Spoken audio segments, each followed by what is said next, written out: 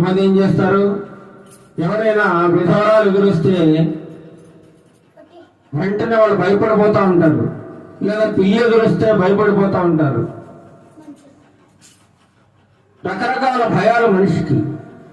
ఏదో జరిగిపోతుంది, ఏదో నష్టం కలుగుతుందని బల్లి మీద పడితే భయం. ఇలా రకరకాలుగా మనిషి నిత్యము భయాందోళనతో జీవిస్తూ ఉన్నాడండి. రోజు మీదకి దోషేస్తాం, ఆ రోజు మంచిది కాదని. రోజులో ఏదో ఉందని మనుషుల యొక్క నమ్మకం. నిజానికి రోజులో కానీ, గంటల్లో కానీ, నిమిషాల్లో కానీ ఏమీ లేదండి. ఉన్నదంతా ఎవరిలో ఉంది? మనిషిలోనే ఉంది. వ్యాపారం నష్టం వచ్చింది అనుకోండి, ఈ నెల వ్యాపారం బాగాలేదండి, ఈ నెల కూడా దోషిస్తారు.